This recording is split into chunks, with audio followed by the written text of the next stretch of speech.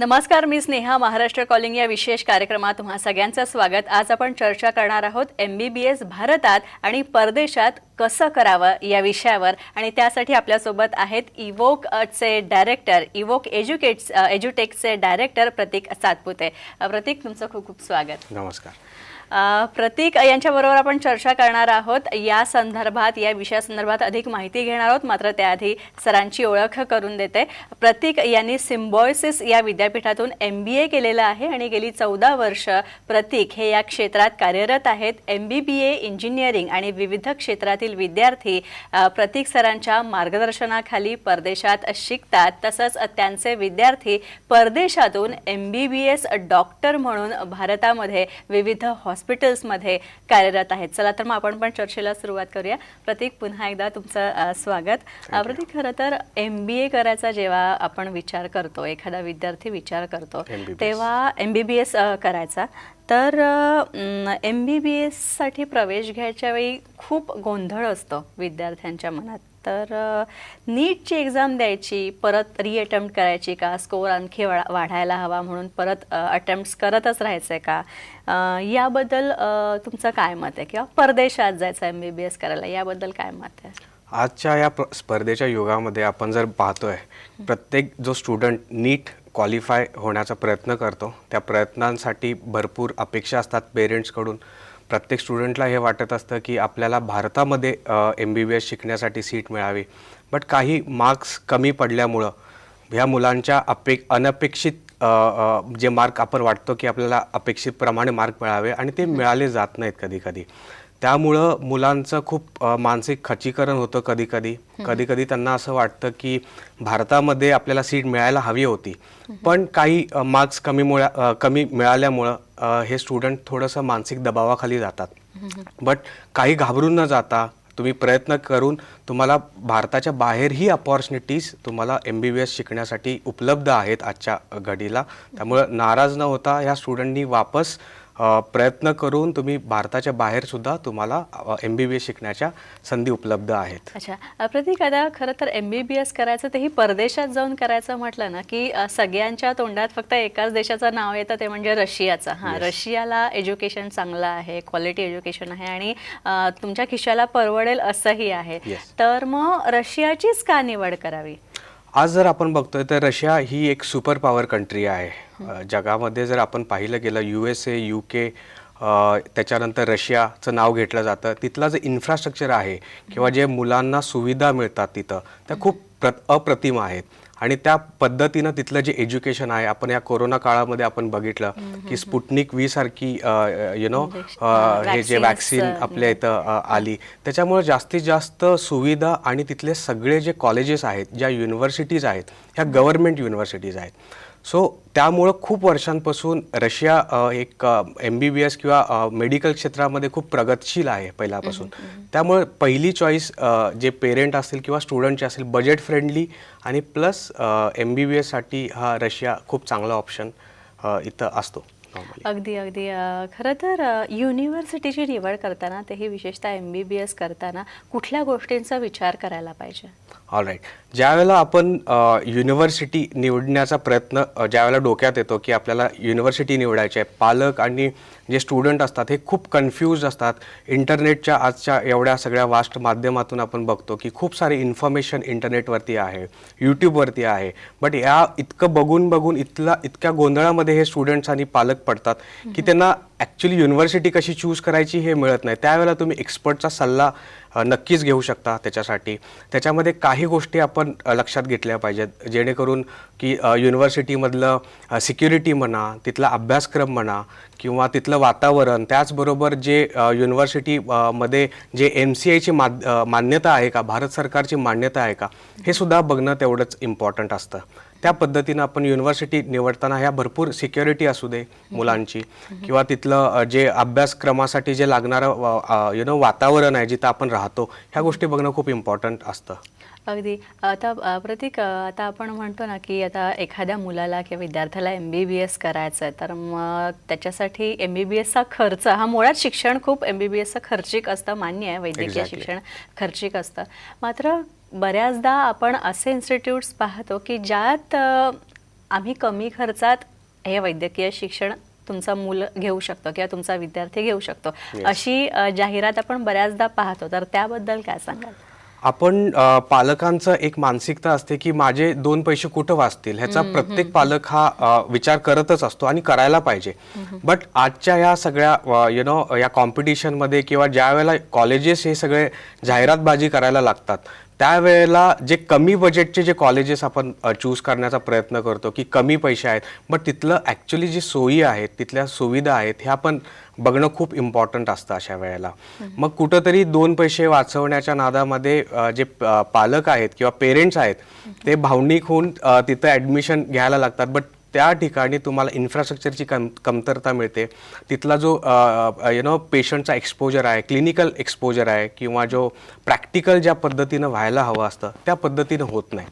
So प्रयत्न केला पाहिजे की जी रिनाऊंड किंवा रिप्युटेड इन्स्टिट्यूशन्स आहेत, जे भारत सरकारनं मान्यता दिलेले इन्स्टिट्यूट आहेत, त्या इन्स्टिट्यूटमध्येच आपण प्रयत्न केला पाहिजे की आपण शिक्षण घेतलं पाहिजे. आणि त्याच्यासाठी तुम्ही स्वतःचं काउन्सिलिंग करून घेतलं पाहिजे एक्सपर्ट्सकडून, की जिथं तुमचं योग्य प्रमाणामध्ये काउन्सिलिंग तुम्हाला मिळू शकतं 1 to 1. मॅम, प्रतीक, आणखी एक असं विचारावं असं वाटतं की वैद्यकीय शिक्षण घ्यायला जेव्हा विद्यार्थी, भारतीय विद्यार्थी विशेषतः परदेशात जातात, तेव्हा एक पालकांच्या मनात हे असतं, धाकधूक असते की अरे परदेशात माझा पाल्य किंवा माझी मुलगी सुरक्षित राहील की नाही.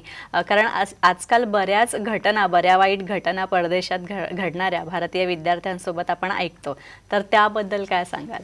आपल्याला सगळ्यात बेसिक गोष्ट एक लक्षात घ्यायची, सिक्युरिटी ही खूप इम्पॉर्टंट असते. ज्या वेळेला आपला विद्यार्थी परदेशामध्ये शिकत असतो, खूप लांब असतो तो आपल्यापासून.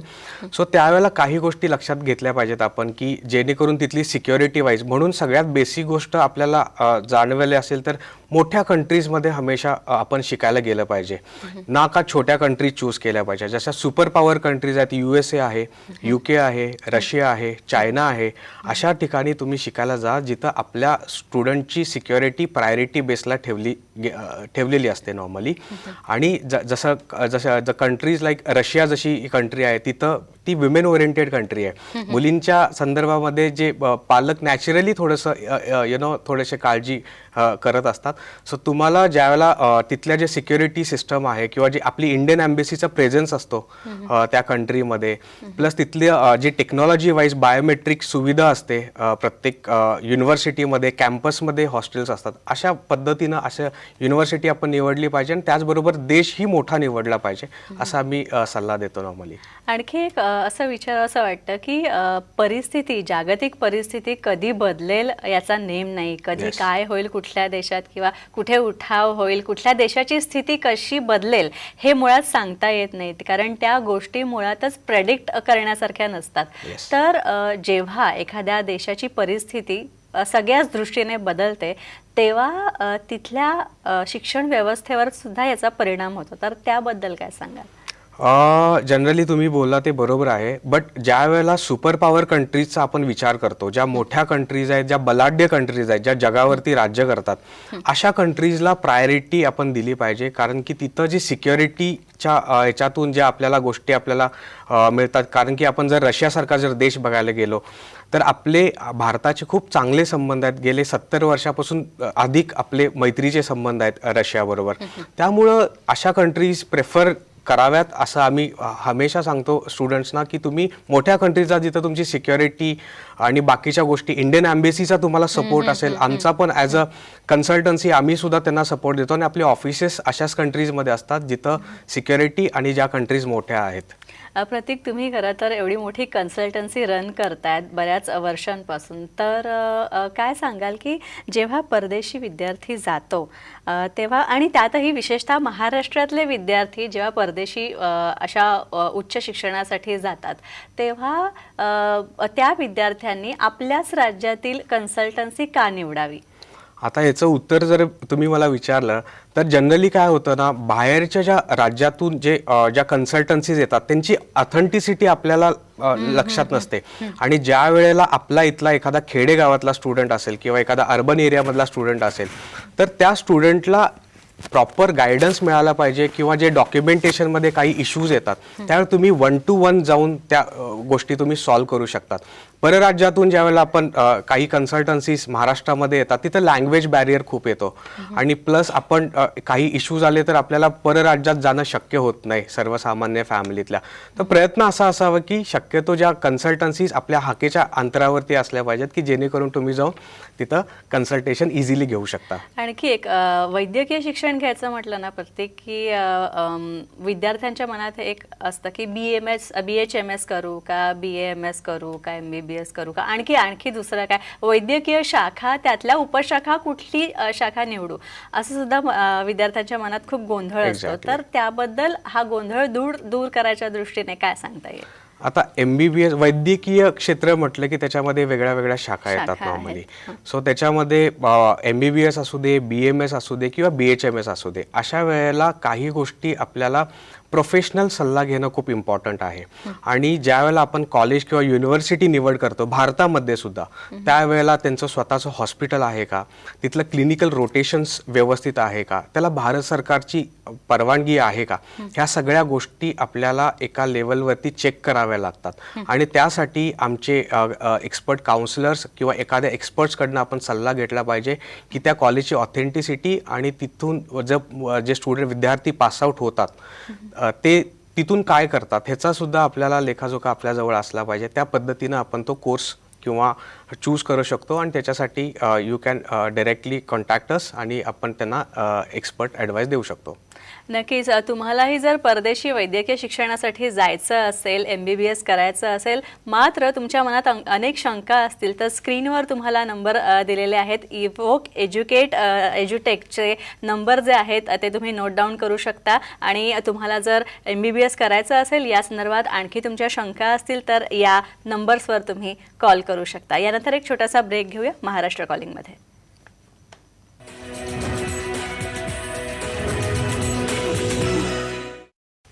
ब्रेक नंतर महाराष्ट्र कॉलिंगमध्ये आपलं स्वागत. MBBS परदेशात की भारतात कसं करावं या विषयावर आपण चर्चा करतोय आणि आपल्याबरोबर आहेत इव्होक एज्युटेकचे प्रतीक सर. प्रतीक, खरं तर MBBS करताना जेव्हा विद्यार्थी चौकशीसाठी मुळात जेव्हा बाहेर पडतो ना किंवा एखाद्या कन्सल्टन्सीला अप्रोच करतो तेव्हा त्याच्या मनात खूप शंका असतात. जसं की आता तिकडे असताना वाईट अनुभव तर येणार नाही ना, किंवा आपल्याला ते आर्थिकदृष्ट्या परवडेल की नाही ना, अशा अनेक शंका मनात असतात. तर बऱ्याचदा कन्सल्टन्सी म्हणून त्यांची फसवणूक सुद्धा होते कन्सल्टन्सीकडे गेल्यावर. तर त्या बाबतीत तुम्ही काय सांगाल? एक्झॅक्टली.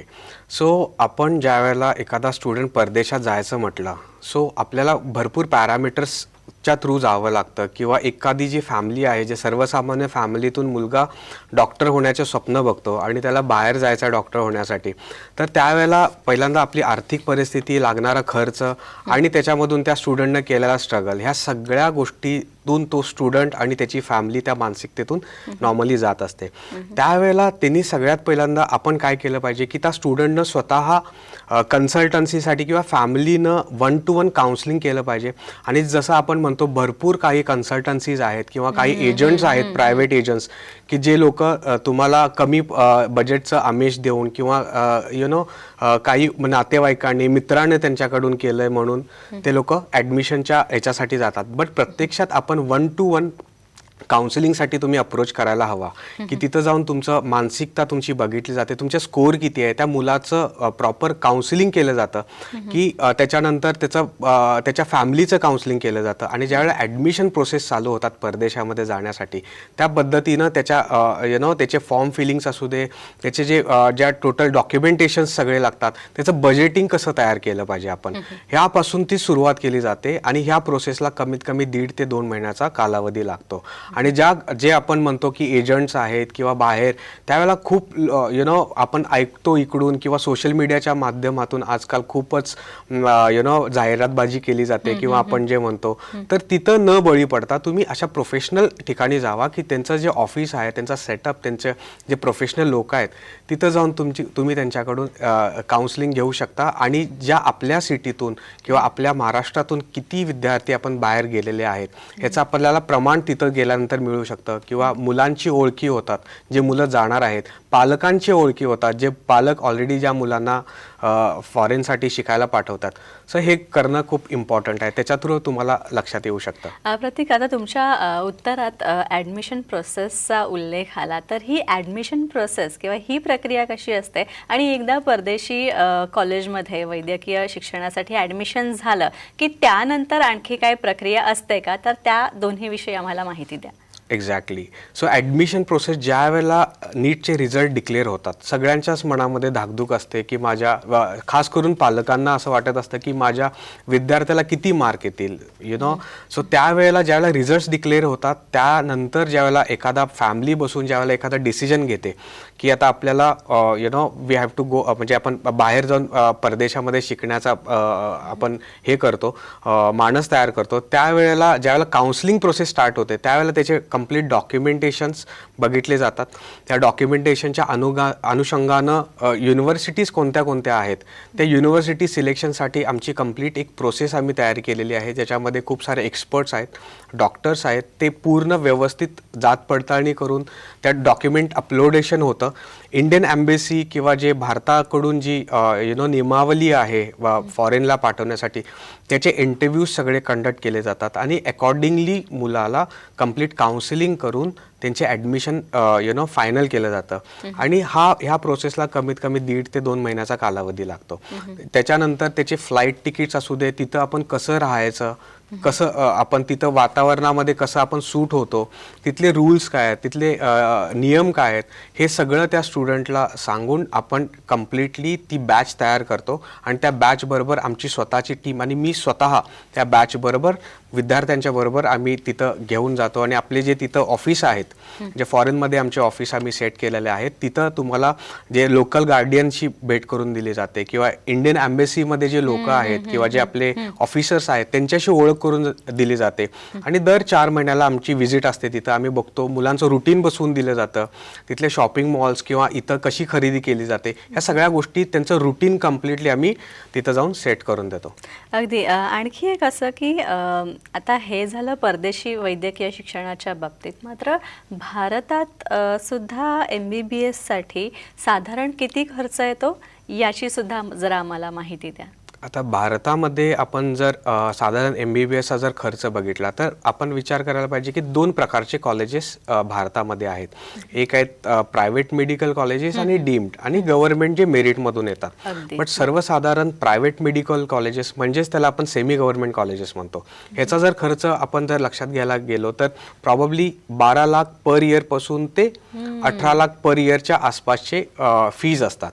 आणि जे डीम्ड कॉलेजेस जे आहेत भारतामध्ये, त्याची जी फीज असते ती प्रॉबली 19 लाख ते 24 लाख 25 लाखाच्या आसपास प्रतिवर्ष हा खर्च असतो.